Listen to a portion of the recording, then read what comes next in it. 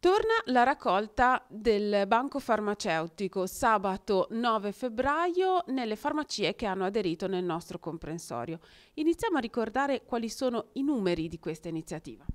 I numeri di questa iniziativa sono: nel Tigullio hanno aderito 25 farmacie, a ciascuna farmacia è abbinato un ente assistenziale, quindi nel Tigullio gli enti sono il Villaggio del Ragazzo nelle sue articolazioni, e cioè Costa Zenoglio, Centro Chiarella e Centro Benedetto Acquarone. Poi abbiamo anche l'Istituto per il Baliatico, sempre qui a Chiavari, abbiamo a Lavagna la Fondazione Divina Provvidenza, a Rapallo abbiamo il CAV, Rapallo Santa e da quest'anno la Fondazione Somaschi.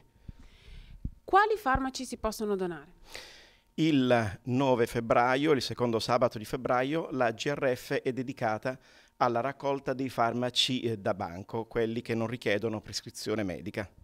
Il fatto che ciascuna farmacia sia abbinata ad un ente vuol dire anche che il farmacista è preparato e nello specifico suggerirà di cosa c'è più bisogno. Sì, è giusto. Ciascuna farmacia esporrà, oltre alla locandina, che prova l'adesione di quella farmacia alla giornata di raccolta, esporrà anche il nome dell'ente a cui è stata abbinata.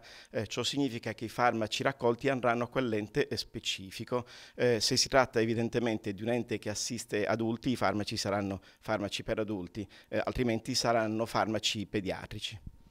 Quindi materialmente chi entra in farmacia che cosa vedrà?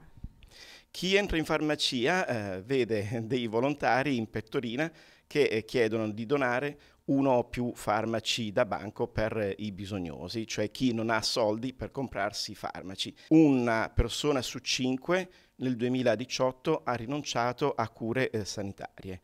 Quindi il paradosso è questo: chi non ha soldi non può fare prevenzione, si ammala di più e di conseguenza ha più bisogno di farmaci.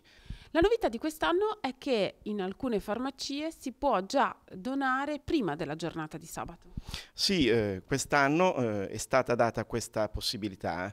Se il farmacista vuole, può iniziare la raccolta già da questi giorni.